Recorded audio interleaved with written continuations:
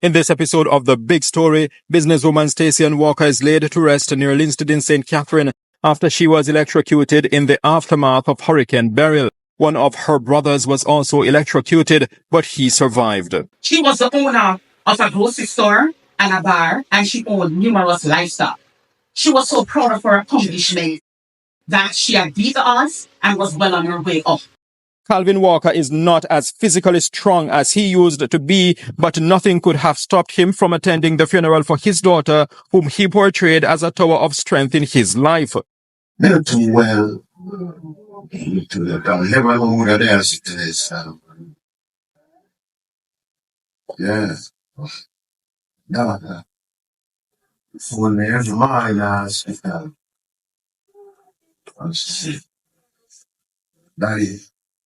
Daddy. Tough though, daddy. Tough though, daddy. Yeah, G. People's National Party candidate in St. Catherine Northeastern, Andreen Higgins, attended the Thanksgiving service and said the community of Dover Castle in Redwood, St. Catherine needs more people like the late businesswoman. She was a beacon of love, kindness, and strength. Stay with us as we go beyond the sound bites and the headlines on this, The Big Story.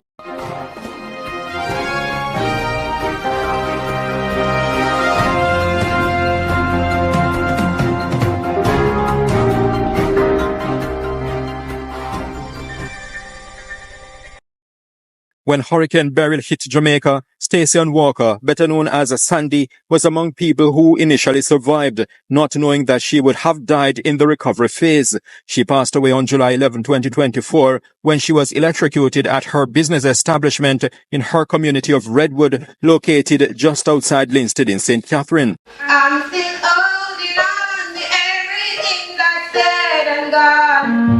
I don't want to say goodbye, cause this one means forever. Reports are that Walker came in contact with electrical wires, which she apparently did not know were live. The wires did not have any current for days as part of a wide-scale outage associated with the hurricane. A brother of the late Walker entered the shop after realizing that his sister appeared to have died, and he too was electrocuted. He was treated at hospital.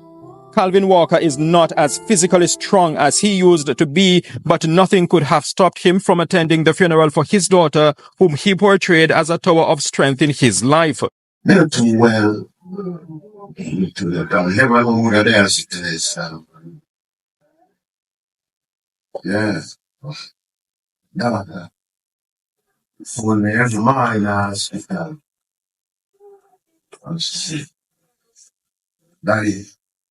Daddy. Tough though, daddy. Tough though, daddy. Yeah, G. A sister of the late Walker, Natalie Walker, did the eulogy during the pink-themed funeral. As a teenager, our father had migrated to England to seek a better life, and her mom had taken a living job in another parish, leaving Sandy in charge of all the younger siblings. As parents, this obviously wasn't the easiest decision for them to make. However, it had to be done to place the family in a better financial position. Sandy took on this role of interim mom with remarkable maturity and handled it as only she could. She ensured that all her siblings went to school, their clothes were clean, and they were well fed. She was a literal second mother to her siblings, who guided, nurtured them with the same love and care that she would later in life show her own kids. As she got older and started raising her own children, she continued to embrace this role for her brothers and sisters, always looking out for them, offering advice, and being a constant source of support. Natalie said her sister had superb business acumen and was proud of the steady progress that she had been making through dedication and hard work. One of Sandy's major accomplishments in life was her business. She loved being an entrepreneur, which earned her the moniker Rice Boss or Rice God. She took Proverbs 27:23 to heart, which says, "Be thou diligent to know the state of thy flock, and look well to thy herd." She had this godly wisdom, and because of this, she was very serious about her money and made no jokes when it came to that, hence Rice Boss. She was the owner of a grocery store and a bar, and she owned numerous livestock. She was so proud of her accomplishments that she had beat the odds and was well on her way up. Before starting her own business, Walker did different jobs to make a living. Her sister said she was a hairstylist and she also worked in a sports bar. I was here December 2022 and I spent some time with her. And she said to me, sister, I pray for this, and God heard me. Nobody can use me again because I have my own independence. And I thank God that she got to experience that. She worked tirelessly in her businesses. She woke up while it was still dark and didn't close off until well beyond midnight. This is definitely dedication. She further stated that her sister's business establishment was not only a space for commerce, it was also a place where many gathered for sound advice and hospitality. To the world, my sister was just a businesswoman, but to those of us who were fortunate enough to really know her, she was so much more than the title she held or the work she did in her business. Her grocery store and bar wasn't just a place where people came to pick up or to drink and relax or to pick up grocery. It was a place filled with warmth, laughter, and connection. She treated her customers like a family. I was a mini therapist. Her favorite advice was tough it out like a G. Yeah, man, tough it out like a G. It has to change. The late Walker was born on September 30, 1982, making her 41 years old at the time of her death. She attended Redwood Infant School and later Redwood All Age, where she spent 5 years. She did grade 6 at Tam and Patience Primary School before starting McGraw High in 1995. People's National Party candidate in St. Catherine Northeastern, Andreen Higgins, attended the Thanksgiving service and said the community of Dover Castle in Redwood St. Catherine needs more people like the late businesswoman. Sandy was more than just a mother. She was a beacon of love, kindness, and strength in her community.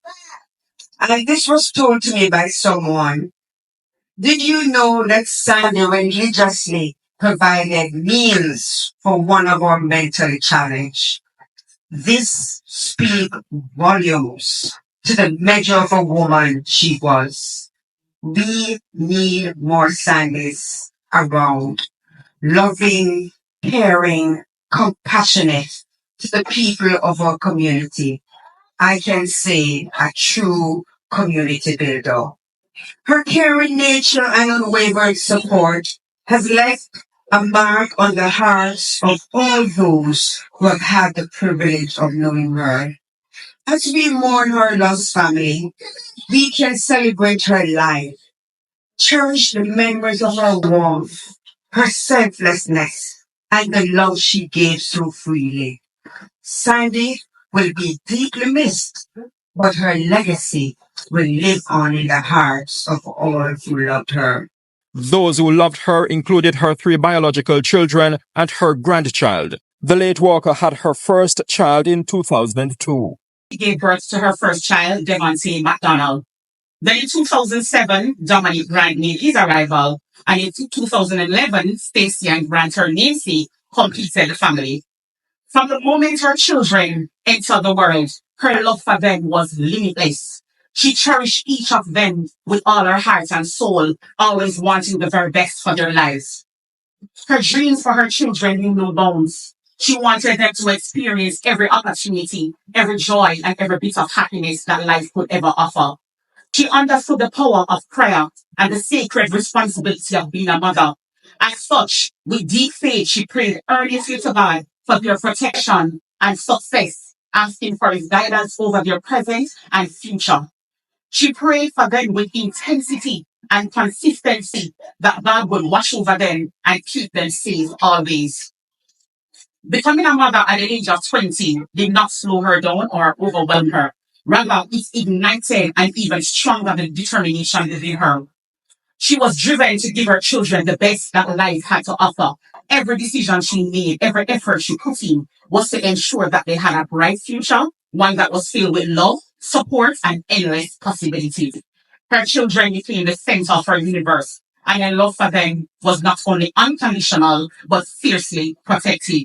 Some members of the clergy who served the community joined the list of people who spoke glowingly of the late Walker. Today, I pay my last respect to a woman who I believe was strong, loving, and deserving All that we could say and do for her today. May her soul rest in peace, and may light perpetual shine on her. Walker was laid to rest in her community of Dover Castle in Redwood, St. Catherine. This is the Jamaica Beacon.